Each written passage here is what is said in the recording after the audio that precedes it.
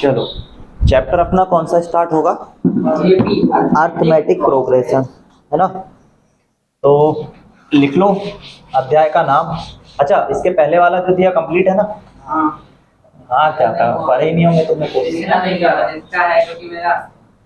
हाँ तू बता दे, बहाने बता दे। तेरे पास कुछ ना कुछ बहाने रहते, तेरे को काम ज्यादा है। वीडियो मैच लगाना रहता ना, मेरे को ही लगाना रहता। चलो अच्छा, एक एग्जांपल हम लोग ले रहे हैं। अर्थमेटिक प्रोग्रेशन स्टार्ट करने से पहले कुछ बेसिक हम लोग स्टार्ट कर रहे हैं।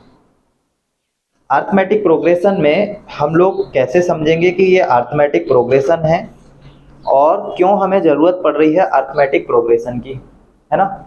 सबसे पहले तो कि रीना अप्लाई करती है एक जॉब के लिए और फिर वो क्या हो जाती है, सिलेक्ट हो जाती है। सिलेक्ट हो जाती है तो उसे पर मंथ जो सैलरी मिलती है वो मिलती है 8,000 रुपये। ठीक है, उसको कितने रुपए मिल रहे हैं पर मंथ के लिए? 8,000 रुपये। 500 रुपये वार्षिक, मतलब पर ईयर 500 रुपये उसके वेतन में क्या होगी? वृद्धि होगी, है ना। मान लो कि उसको 2010 में अगर 8,000 रुपये मिल रहे थे, तो जैसे ही 2011 का जनवरी लगेगा अब उसको 8,500 रुपये मिलेंगे। ठीक है, 500 रुपये इंक्रीमेंट होगा हर साल। ठीक है, तो अगर हम लोग देखें कि मान लो वो 10-20 साल जॉब करती है, तो 20 साल में हर साल 500 रुपये बढ़ेंगे, है ना। तो पहले साल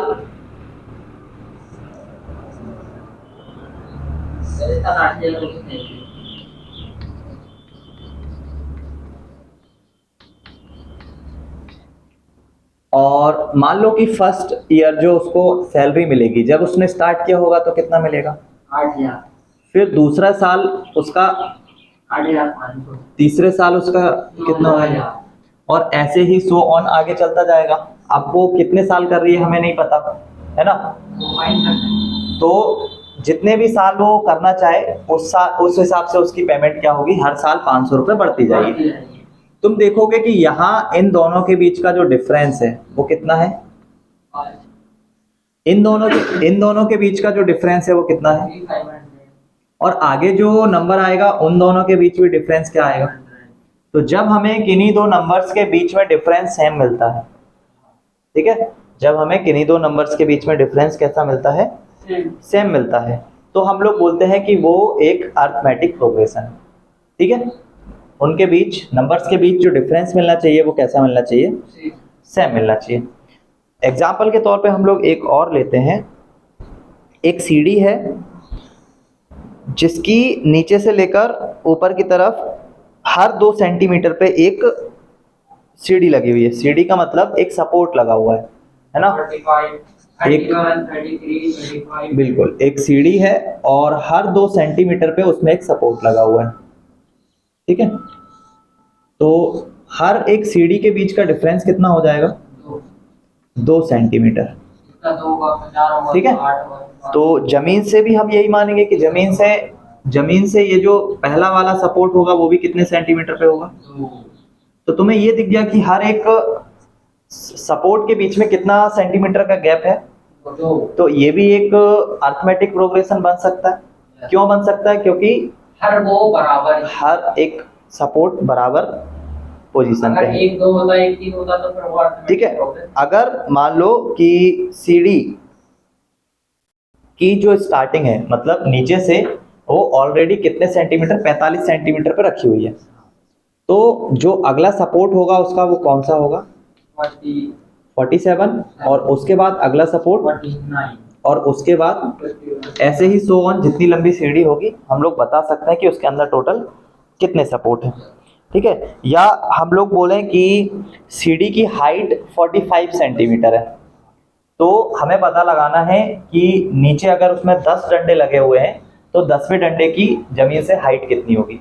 तो अगर वो 45 पर है तो इसमें से धीरे धीरे कम करते जाएंगे, 2 और 2, 45 से ये कितना आ जाएगा?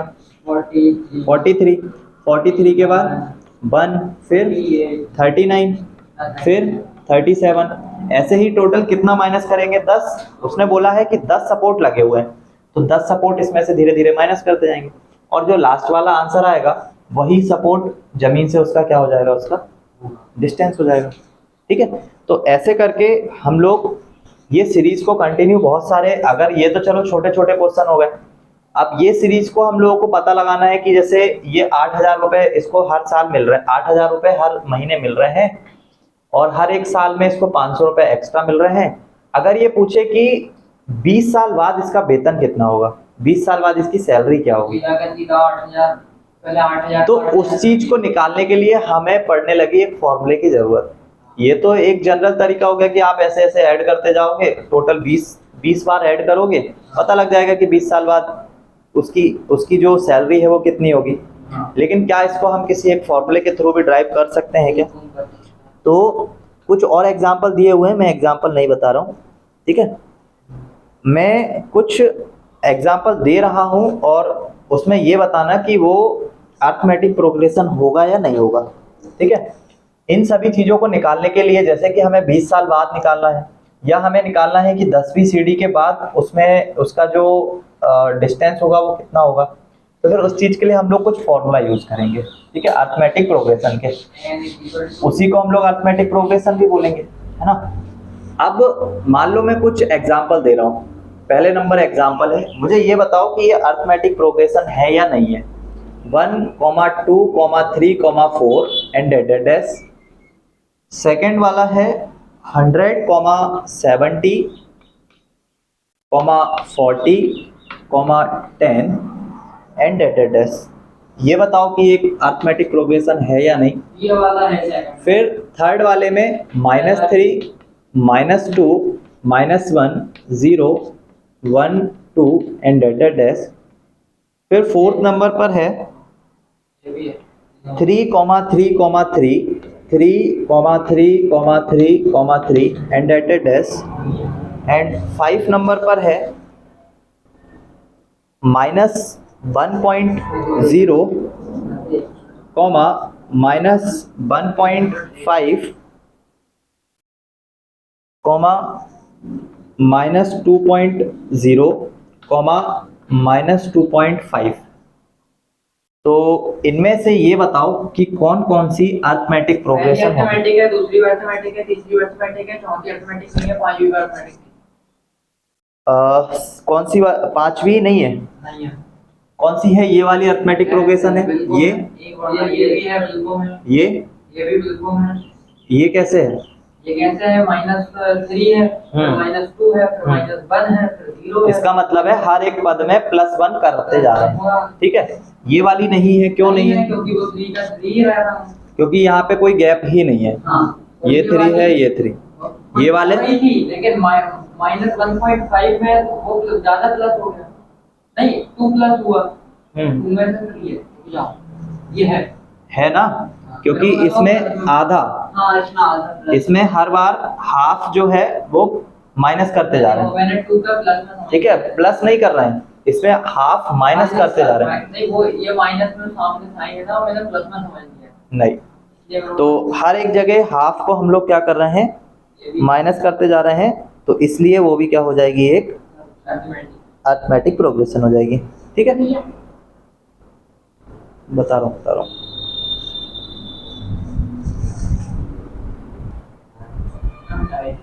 सबसे पहले मैंने बोला था अरिथमेटिक प्रोग्रेशन का कंप्लीट डेफिनेशन लिखने को। हाँ, 2 मिनट रुक जाओ। An arithmetic progression is a list of numbers in which each term is obtained by adding a fixed number to the processing term except the first term। जो arithmetic progression होती है उसमें हम एक कंप्लीटली एक ऐसा टर्म हमेशा add करते हैं जो फिक्स है। जैसे कि फर्स्ट वाले में देखो 1, 2, 3, 4 है, इसमें हर जगह पे हम 1 ऐड कर रहे हैं, तब उसके आगे वाला टर्म बढ़ रहा है। इसमें हम लोग फर्स्ट टर्म को छोड़ देते हैं, तो यही तो लिखा है डेफिनेशन में। फर्स्ट टर्म को छोड़ देंगे, फर्स्ट में ऐड नहीं करेंगे, फर्स्ट के बाद जो सेकंड वाला है उसमें ऐड करना स्टार्ट कर देंगे। फर्स्ट वाले में 1 ऐड करेंगे तो आगे जो नेक्स्ट वाला है वो बन जाएगा, नेक्स्ट वाले में 1 ऐड करेंगे तो तीसरे नंबर वाला बन जाए, नहीं पड़ेगा नॉर्मल। ठीक है। This fix number is called the common difference. ये जो फिक्स नंबर हम हर एक नंबर में ऐड करते हैं, जैसे कि इस वाले में ऐड कर रहे हैं, +1 ऐड किया, फिर इन दोनों में +1 ऐड किया, फिर इन दोनों में +1 ऐड किया, ये जो +1 हम कर रहे हैं इसको हम बोलते हैं कॉमन डिफरेंस। कॉमन डिफरेंस का मतलब हर एक टर्म के बीच में उस नंबर को अगर प्लस करेंगे तो अगले वाला टर्म आ जाएगा। तो वो जो 1 हम ऐड कर रहे हैं वो सभी के लिए कॉमन है ना। किन्हीं भी दो टर्म की बात करो, इन दोनों की बात करोगे तो इनमें भी कॉमन है, इन दोनों में भी कॉमन है और इन दोनों में भी कॉमन है। और ये कॉमन हमेशा हम दो कॉन्जिक्यूटिव नंबर्स का देखेंगे, मतलब एक के बाद आने वाला दूसरा। 3 और 4 के बीच में देख रहे हैं, 4 और 2 के बीच में देखोगे तो नहीं मिलेगा, है ना, यहाँ पे कॉमन डिफरेंस अलग होगा। तो ये जो देख रहे हैं ये कॉन्जिक्यूटिव, मतलब दो आसपास के नंबर्स के बीच में ही देखना है ये डिफरेंस। समझ में आ गया? तो कॉमन डिफरेंस क्या होगा? किन्हीं भी दो नंबर्स के बीच का डिफरेंस, सेकंड वाला नंबर और फर्स्ट वाला नंबर, इन दोनों के बीच का डिफरेंस जो आएगा वो हमारा हमेशा क्या होगा? कॉमन डिफरेंस होगा, ठीक है। अब कॉमन डिफरेंस निकालने का तरीका क्या होता है? सेकंड टर्म में से फर्स्ट वाला माइनस करना होता है। आंसर क्या आएगा? अब इन 3 और 4 में अगर कंपेयर करोगे तो सेकंड टर्म ये 4 होगा और फर्स्ट टर्म क्या हो जाएगा? तो 4 में से 3 माइनस करेंगे तो आंसर कितना आएगा? 3 और 2 को जब लोगे तो इसमें सेकंड टर्म क्या होगा? 3 और फर्स्ट टर्म क्या होगा? तो 3 में से 2 माइनस करोगे तो कितना आएगा? तो चूंकि किसी भी दो नंबर्स को ले सकते हो, किन्हीं भी दो नंबर्स को ले सकते हो, डिफरेंस तो सेम ही है, कॉमन डिफरेंस तो सेम ही है, तो कोई भी दो नंबर, है ना, कोई भी दो नंबर ले लो। तो अरिथमेटिक प्रोग्रेशन में हम लोग कोई भी दो नंबर ले सकते हैं और उन दो नंबर्स में सेकंड वाले में से फर्स्ट वाले को अगर माइनस करेंगे तो आंसर हमेशा एक नंबर आएगा जो कि सभी में कॉमन होगा, ठीक है। तो the fix number is called the common difference of the arithmetic. Remember that it can be positive, negative और जीरो। ये जो कॉमन डिफरेंस है ये क्या हो सकता है? पॉजिटिव भी हो सकता है, नेगेटिव भी हो सकता है एंड, तो इसका मतलब अब ये जो चौथा वाला है ये अरिथमेटिक प्रोग्रेशन होगा या नहीं होगा? हो जाएगा। क्यों? क्योंकि जीरो भी हो सकता है। समझ गए कि कॉमन डिफरेंस इन नंबर्स के बीच में क्या आ जाएगा? जीरो, है ना। तो अगर हमें कॉमन डिफरेंस कोई भी नेगेटिव, यहाँ पे सारे नंबर्स देखो नेगेटिव मिल रहे हैं, तो यहाँ पे कॉमन डिफरेंस जो मिल रहा है वो नेगेटिव मिल रहा है।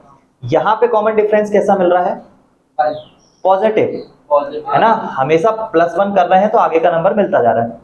यहाँ पे कॉमन डिफरेंस पॉजिटिव, अरे अच्छा हाँ, माइनस का 30, है ना, हर एक नंबर में -30 कर रहे हैं और यहाँ पे पॉजिटिव, ठीक है।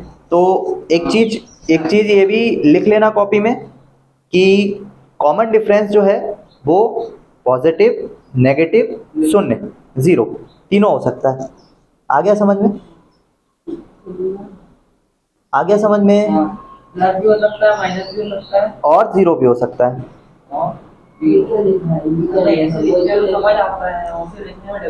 ठीक, कंप्लीट हो गया।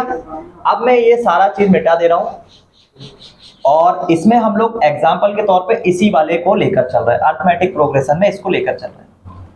अरिथमेटिक प्रोग्रेशन में क्या होता है? जो पहला टर्म होता है इसको हमेशा हम लोग नाम देते हैं A1, जो सेकंड वाला टर्म है इसको नाम हम देते हैं A2 और ऐसे ही सो ऑन, आगे जितने भी टर्म होंगे उनको हम लोग नंबरिंग कर देंगे। तो फर्स्ट वाला टर्म जिसको आप A1 भी बोल सकते हो या A बोलोगे तो भी चलेगा क्योंकि स्टार्ट वहीं से हो रहा है, ठीक है।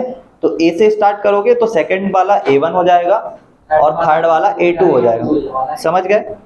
तो अरिथमेटिक प्रोग्रेशन में जो सबसे फर्स्ट वाला टर्म होता है उसको हम लोग नाम देते हैं क्या? A1। तो तुम जस्ट जो अभी कंप्लीट किया है डेफिनेशन उसके नीचे 1 2 3 लिखोगे। 1 2 3 में the first term of AP represented via A1, second term represented via A2 and so on, ठीक है। ये लिखना है तो ये चीज भी लिख लो।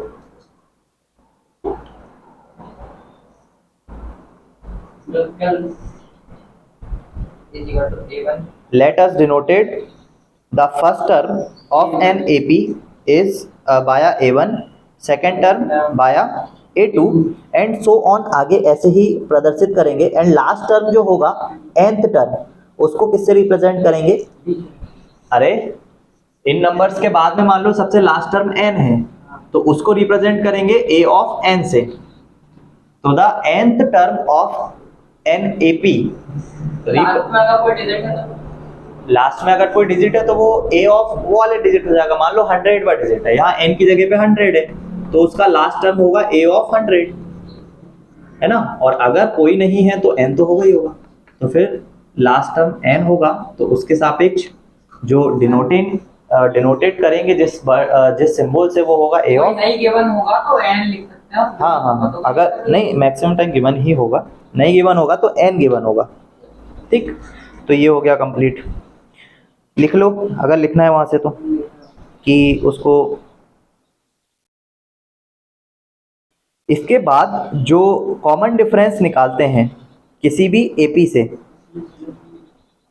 उसको हम लोग रिप्रेजेंट करते हैं किससे?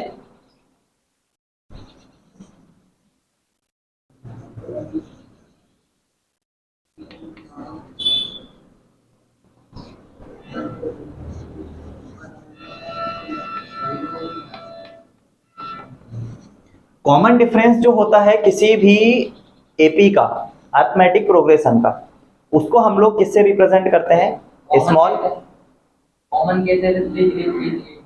नहीं, इन दोनों के बीच का डिफरेंस कितना है? इन दोनों के बीच का कितना है?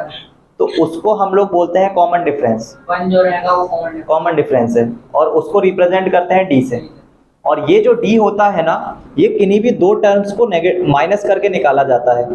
आप A2 में से A1 को माइनस कर सकते हो, या A4 या A3 में से A2 को माइनस कर सकते हो, या A4 में से A3 को माइनस कर सकते हो, सो ऑन। कोई भी दो आप टर्म ले लो, उन दोनों को माइनस कर लो, जो आंसर आएगा वही हमारे लिए क्या कहलाएगा? कॉमन डिफरेंस, जिसको हम लोग D बोलेंगे, जिसको हम लोग सार्वधातुक हिंदी में बोलेंगे, ठीक।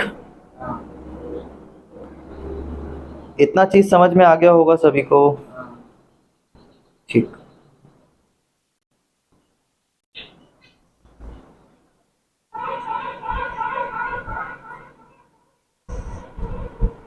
एग्जाम्पल के थ्रू समझते हैं कि इसको अगर हमें एक AP के थ्रू बनाना होगा या AP की फॉर्म में लेकर जाना होगा तो कैसे जाएंगे, ठीक है। मान लो कि मेरा जो फर्स्ट वाला टर्म है वो A1 का काम कर रहा है, मान लिया तुम लोगों ने, और वो कितना है? 1 है। कॉमन डिफरेंस का वैल्यू मैंने बता दिया, वो कितना है? वो भी 1 है ना। अब अगर मैं बोलूं कि मेरा जो इस अरिथमेटिक प्रोग्रेशन का फर्स्ट टर्म है वो तो A1 है, जो सेकंड टर्म है वो A2 है, उस A2 को क्या मैं ऐसे नहीं लिख सकता क्या? A2 is equal to A1 plus D। Check करो, लिख सकते हैं ना, क्योंकि फर्स्ट की वैल्यू 1 है और प्लस D की हाँ, वैल्यू उसमें डिफरेंस रहेगा। हाँ, तो वो आ जाएगा कितना?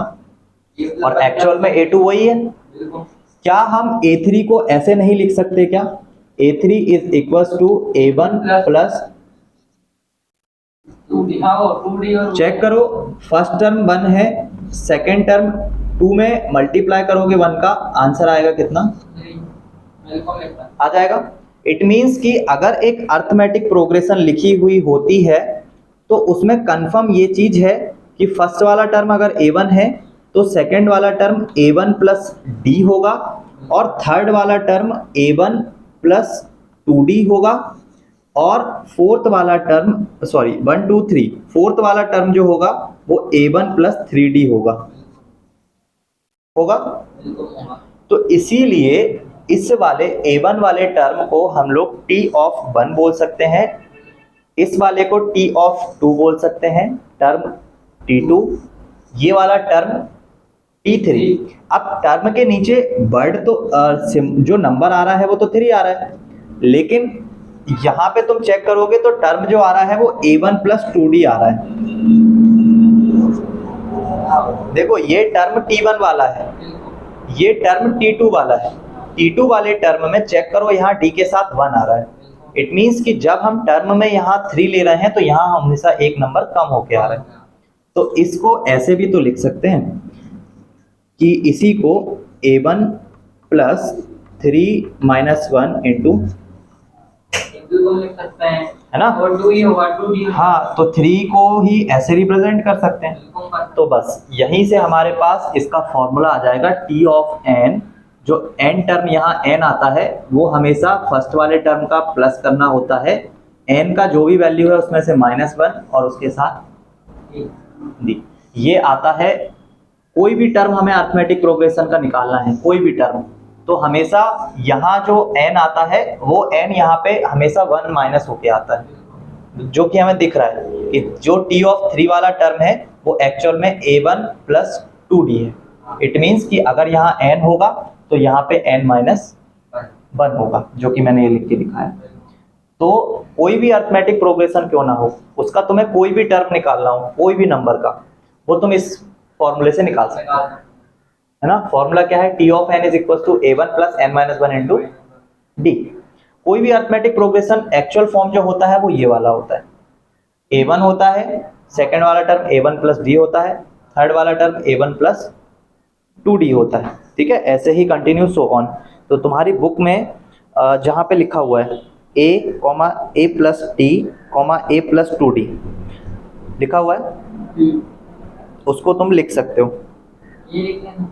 हाँ, AP इज इक्वल टू ये लिख सकते हो a1 plus d a1 plus 2d a1 plus 3d, और उसमें फॉर्मूला कैसे बन रहा है वो तो लिख दो। उसमें पहले ये लिख लो 1 2 3 4 5 डैट डैट डैश, जो भी है आगे मत लिखना, 1 2 3 से डैट डैट डैश। उसके बाद नीचे लिखना AP बराबर होगा ये, ठीक है, AP बराबर होगा ये। और अच्छा, इसमें रुक जाओ, मैं क्या क्या चीज़ें मिटा दे रहा हूँ पहले तो, हाँ ये मिटा दो, इसके ऊपर वाला मिटा है ना। इसके अलावा ये पूरा कंप्लीट हो गया, दो, ये इसके ऊपर वाला मिटा दो, 1 के नीचे वो। ये T3 टर्म भी मिटा दे रहा हूँ। इस T3 टर्म को मैं यहाँ लिख देता हूँ। T3 एक्चुअल में जो टर्म है वो है a1 प्लस 2d, और इसको हम लिख सकते हैं a1 plus 3 minus 1 into d। तो यहाँ से फॉर्मूला निकल के आता है, अगर कोई भी टर्म निकालना है तो हमेशा यहाँ जो n आता है उसमें से माइनस का 1 कर दो और ये फॉर्मूला निकाल, ठीक है। तो ये तुम लोग पहले लिखोगे, उसके बाद ये AP लिखोगे, और ये AP में जो मैंने ये टर्म लिखे हैं सारे के सारे, ये सारे के सारे टर्म एक्चुअल में ये इस तरीके से बन रहे हैं। तो ये बनने वाला प्रोसेस पूरा लिख लेना कि किस तरीके से बन रहे हैं। फिर ये लिखा, फिर उसके बाद ये पूरा, देन उसके बाद ये वाला पार्ट, पहला नंबर, दूसरा नंबर, फिर ये तीसरा नंबर, और फिर ये चौथा। ये 4 चीज़ें लिख लो और सारी चीज़ें फिर पढ़ लेना, ठीक है। ये अभी मेरे बताने वाला जो पार्ट है वो कंप्लीट हो गया है। अब डायरेक्ट हम लोग करेंगे इस पे क्या, क्वेश्चन, हाँ बिल्कुल एग्जाम्पल, है ना। तो आज के लिए इतना ही तुम्हारे लिए, जो चीज़ें बताई है इसको